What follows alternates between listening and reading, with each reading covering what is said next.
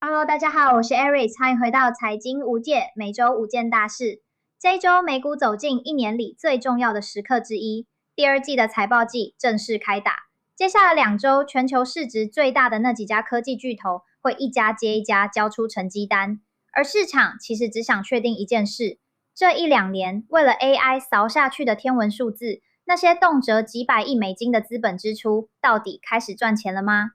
今天我把7月14号到月底最关键的美股财报整理成一张行事历，分成3波。第一波是卖工具的晶圆厂先报，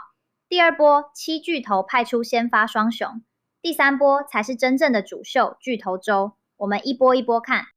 第一波最先登场的是这场 AI 大战里真正在卖工具的人。7月15号，全球最关键的晶片设备大厂荷兰的 ASML 先开第一枪，它的机台订单是先进制程需求，最诚实的温度计。紧接着7月16号，两个重量级一起登场，一个是台湾的护国神山台积电，另一个是串流龙头 Netflix。而台积电这份财报特别关键，它把今年的资本支出上调到520到560亿美金，全年营收估计成长超过30%，其中 AI 相关的高效能运算已经占了它营收的60%。为什么要先看这些卖工具的公司？因为他们的订单就是辉达还有所有 AI 客户实际掏钱的证据，他们手上订单要是满的，就代表下游的巨头真的还在大买特买。第二波来到7月22号星期三的美股盘后，这天七巨头派出先发双雄，一次2家同台 ，Google 还有特斯拉。先说 Google， 它是4大云端里第一个交卷的，大家会紧盯它的云端生意成长多快，还有它为了追 AI 资本支出又拉高了多少。这是 AI 到底有没有回本第一份真正的照妖镜。再看特斯拉，它的处境最微妙。一边是传统的电动车，交车量还在衰退；另一边是马斯克拼命讲的 Robotaxi 机器人计程车，还有 AI 的新故事。市场想看的是卖车的现实跟 AI 的梦想，这2条线到底差多远？同一天2家，等于一次就把云端跟硬体的温度都摸了一遍。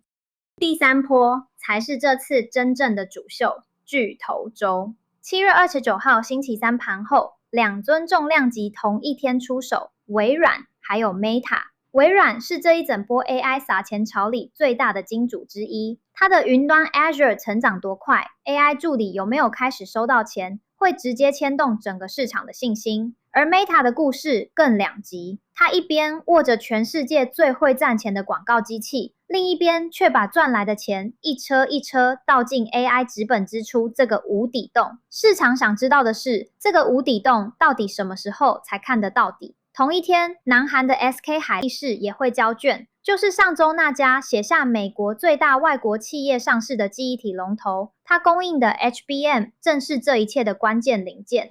第三波还没完，隔一天7月30号盘后换另外2尊巨头压阵，苹果还有亚马逊这2家。至于苹果比较特别，它是7巨头里 AI 故事讲的最少的一个，它的重点还是在 iPhone 放的好不好，还有服务这一块稳不稳，所以大家反而会盯着看它到底打算怎么接 AI 这一棒。至于亚马逊，看的还是它的云端 AWS。AWS 是全球最大的云端平台，它成长的快慢等于帮整个 AI 的需求亮一次体温，所以7月29跟30号这2天，微软、Meta、苹果、亚马逊4家一次到齐，这也就是为什么这一周被叫做巨头周。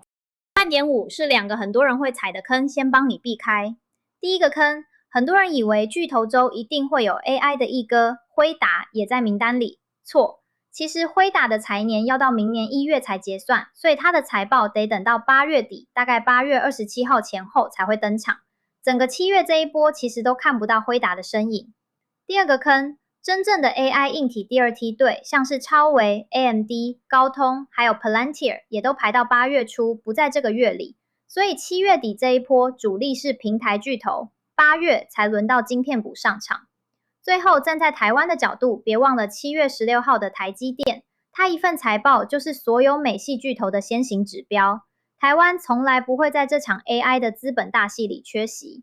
所以，把这一整张行事历整理成一句话：这一次的财报季，市场只想确定一件事：这1-2年为了 AI 撒蟹的天文数字开始赚钱了吗？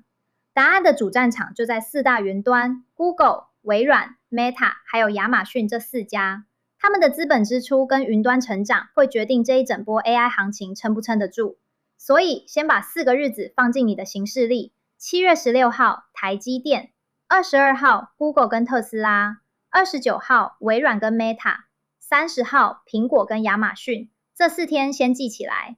我是 Aris， 如果这集对你有帮助，记得按赞、订阅、打开小铃铛，享受每周的深度分析。到官网首页订阅我们的免费电子报。这里是财经无界，我们下次见。